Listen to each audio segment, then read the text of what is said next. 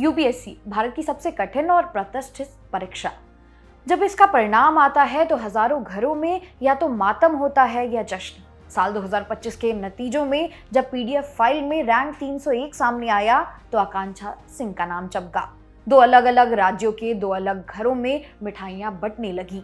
एक तरफ बिहार का आरा जिला जहां जश्न का माहौल था, वहीं दूसरी तरफ उत्तर प्रदेश का गाजीपुर जहां खुशियां मनाई जा रही थी।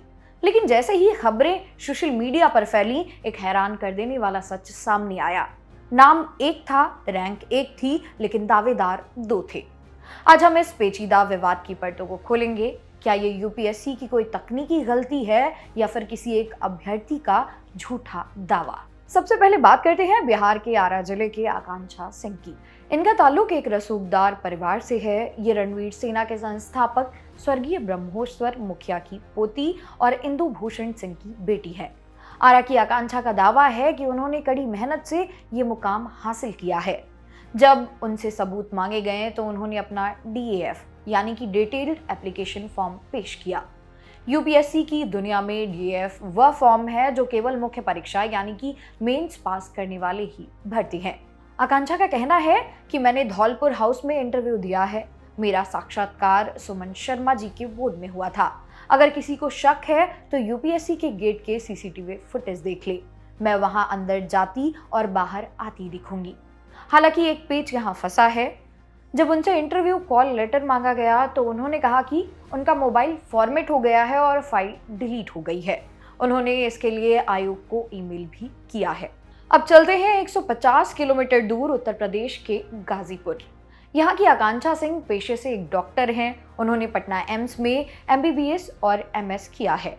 वे एक स्त्री रोग विशेषज्ञ यानी कि गायनेकोलॉजिस्ट है। उनके पिता वायुसेना में जूनियर वारंट ऑफिसर हैं। डॉक्टर आकांक्षा ने सिर्फ दावा नहीं किया बल्कि साक्ष्यों की झड़ी लगा दी। उन्होंने सोशल मीडिया पर अपना एडमिट कार्ड और रोल नंबर सार्वजनिक कर दिया। डॉक्टर आकांक्षा का कहना है कि मेरा रोल नंबर 0856794 है। मैंने प्री मेंस और इंटरव्यू इसी नंबर से दिए हैं। मेरे एडमिट कार्ड पर जो बारकोड है उसे स्कैन करते ही सारा डेटा सामने आ जाएगा। यह मेरा दूसरा प्रयास था और मेरी मेहनत का नतीजा रैंक 301 है। डॉक्टर आकांक्षा का पक्ष मजबूत नजर आता है क्योंकि यूपीएससी की मेरिट लिस्ट में नाम के साथ जो रोल नंबर दिया गया है वह उनके एडमिट कार्ड से मेल खाता है। आखिर ऐसा होता कैसे है? क्या यूपीएससी जैसी संस्था से गलती हो सकती है? समझने वाली बात यह है कि यूपीएससी में एक ही नाम के दर्जनों उम्मीदवार हो सकते हैं, लेकिन रोल नंबर इंसानी फिंगरप्रिंट की तरह होता है। दो अलग का कभी एक नहीं हो सकता। अतीत में भी ऐसे मामले देखे गए थे। 2023 में भी उम्मीदवारों ने एक ही रैंक पर दावा ठोका था, जहां बाद में पता चला कि एक उम्मीदवार ने हार के डर या सामाजिक दबाव में आकर फर्जी एडमिट कार्ड बनवा लिया था। क्या आरा की आकांक्षा सिंह वाकई इंटरव्यू में बैठी थी? अगर हाँ तो क्या उनका रोल नंबर अलग था या फिर ये पहचान की चोरी का मामला है? इस विवाद के पीछे एक गहरा मनोवैज्ञानिक पहलू भी है। भारत में यूपीएससी सिर्फ एक नौकरी नहीं बल्कि भगवान का दर्जा पाने जैसा होता है। छोटे शहरों में जब कोई बच्चा तैयारी करता है तो पूरे मोहल्ले की नजरें उस पर होती हैं। कभी कभी विफलता को स्वीकार करना इतना मुश्किल नहीं हो जाता है कि इंसान झूठ का सहारा लेने लगता है। लेकिन यहाँ मामला अलग है। दोनों पक्ष मीडिया के सामने आए हैं, दोनों ईमेल कर रहे हैं और दोनों अपनी सच्चाई पर अड़े हैं।